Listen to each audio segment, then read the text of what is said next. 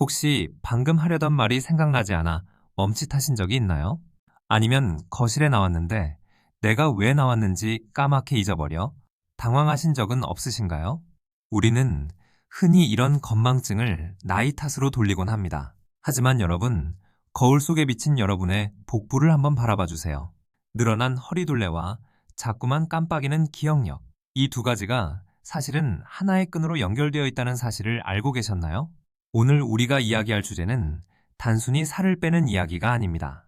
이것은 소리 없이 사라져가는 당신의 뇌를 구출하기 위한 긴급한 구조 신호에 관한 이야기입니다. 병원에서 대사증후군이라는 진단을 받으셨거나 혈압, 혈당, 콜레스테롤 수치 때문에 약을 드시고 계신다면 오늘 영상에 정말 집중해 주셔야 합니다.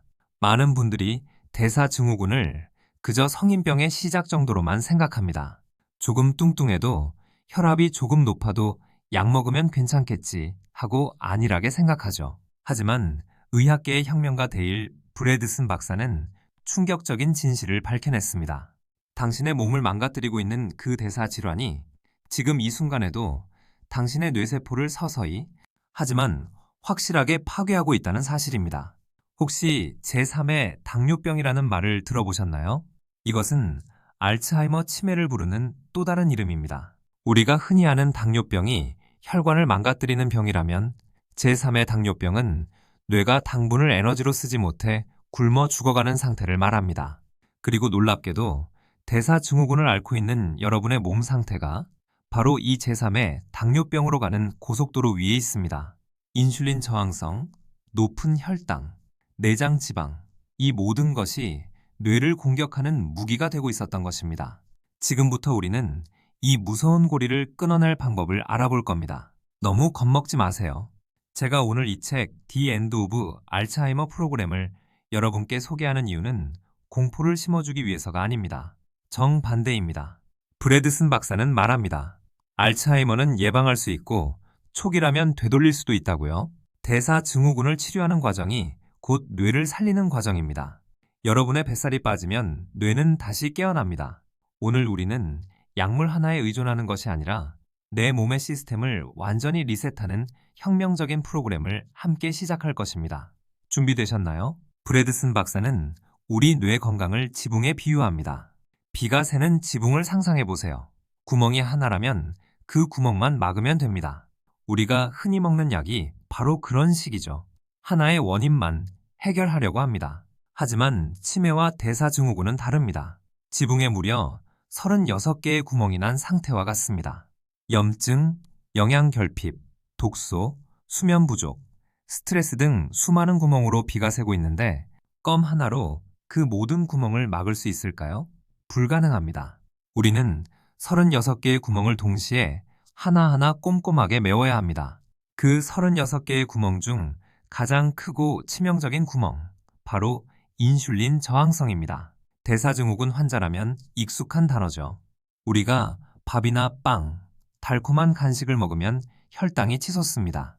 이때 인슐린이라는 호르몬이 나와서 당분을 세포 속으로 밀어넣습니다. 그런데 너무 자주, 너무 많이 당을 섭취하면 세포들이 문을 걸어 잠깁니다. 이제 그만 좀 보내 하고 거부하는 거죠. 이게 바로 인슐린 저항성입니다. 문제는 뇌세포도 똑같이 문을 잠가버린다는 겁니다. 에너지를 받지 못한 뇌세포는 어떻게 될까요? 네, 서서히 굶어 죽습니다. 인슐린 저항성만 문제가 아닙니다. 뱃살, 특히 내장지방은 가만히 있는 기름덩어리가 아닙니다. 내장지방은 끊임없이 염증 물질을 뿜어내는 공장입니다. 여러분의 뱃속에서 시작된 이 염증의 불길은 혈관을 타고 온몸을 돌아다니다가 결국 가장 연약한 곳인 뇌에 도달합니다. 뇌에 불이 붙는 것과 같습니다. 이 만성적인 염증 상태가 지속되면 뇌는 자신을 보호하기 위해 아밀로이드 베타라는 방어막을 만드는데 이것이 과도하게 쌓이면 오히려 뇌세포를 파괴하는 독이 됩니다. 자, 이제 문제의 원인을 알았으니 해결책을 알아볼 차례입니다.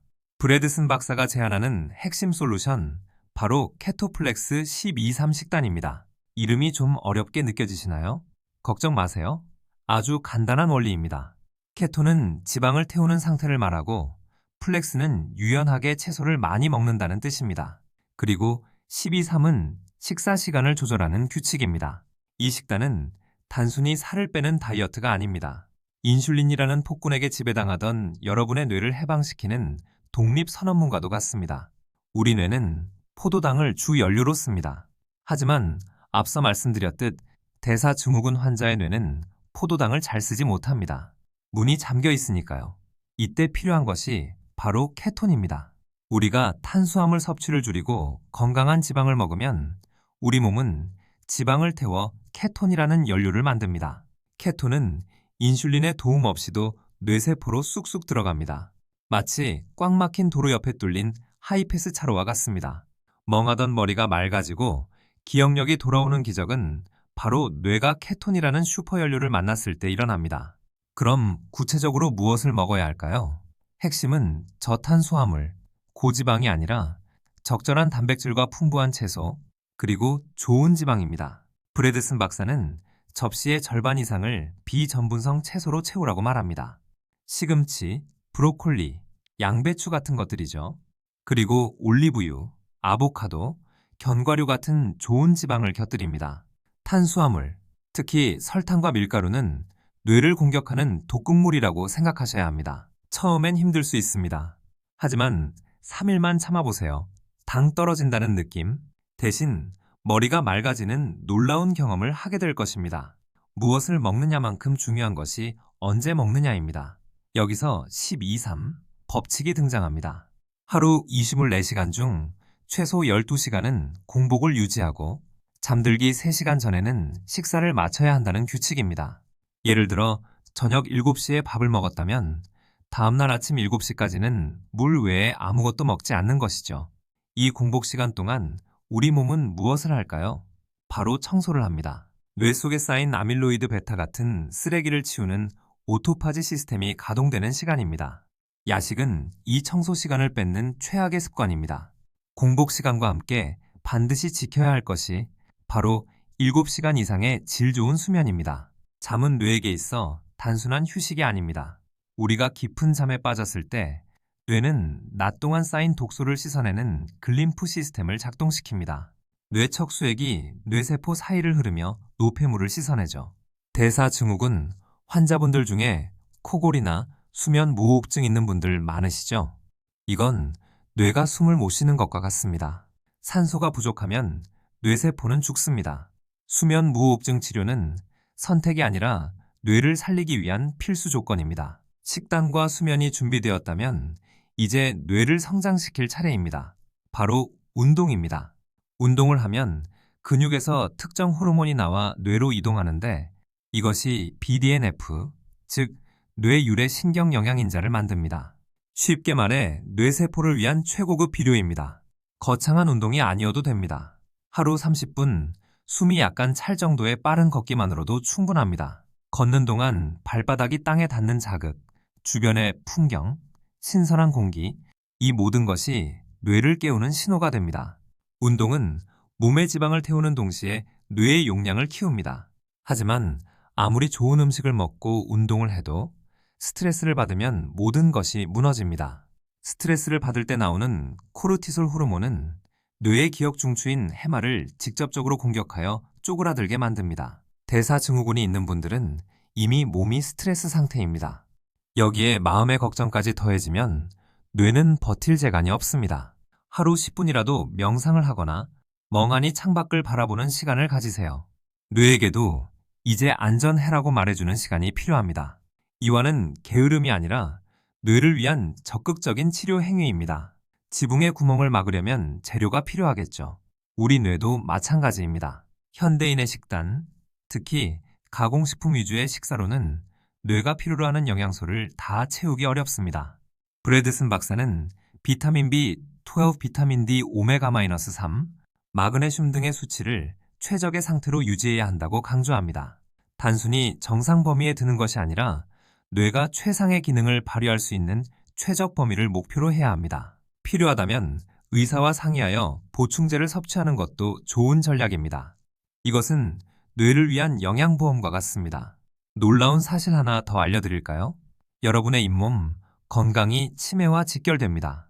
잇몸 질환을 일으키는 진지발리스라는 균이 뇌에서 발견되기도 합니다. 입안의 염증은 곧바로 혈류를 타고 뇌로 올라가 또 다른 염증을 일으킵니다. 양치질을 잘하고 치실을 사용하는 것, 정기적으로 스케일링을 받는 것이 단순한 치아 관리가 아니라 뇌를 보호하는 방패막이라는 사실을 기억하세요. 대사증후군 환자들은 잇몸 질환에 취약하기 때문에 더욱 신경 써야 합니다.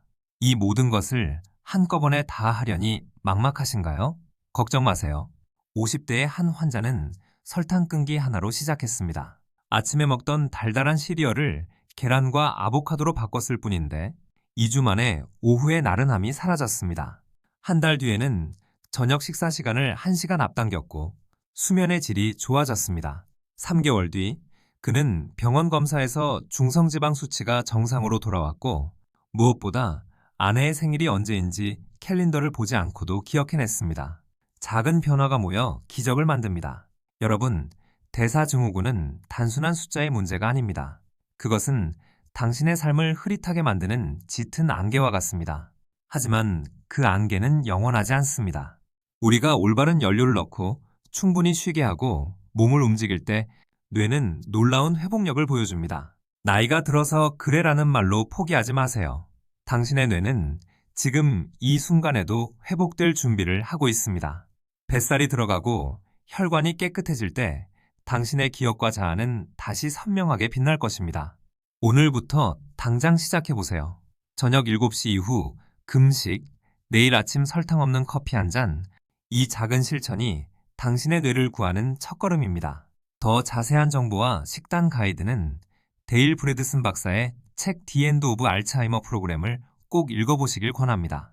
당신의 건강한 뇌, 그리고 선명한 미래를 진심으로 응원합니다. 영상이 도움이 되셨다면 구독과 좋아요 버튼을 눌러주세요. 더 건강한 이야기로 다시 찾아오겠습니다. 감사합니다. 본 영상은 정보 제공을 목적으로 제작되었습니다. 개인의 건강 상태에 따라 필요한 조치가 다를 수 있으니 식단이나 생활 습관에 급격한 변화를 주기 전에는 반드시 담당 의사와 상의하시기 바랍니다. 특히 당뇨약이나 혈압약을 드시는 분들은 전문가의 지도가 필수적입니다. 건강한 변화, 안전하게 시작하세요.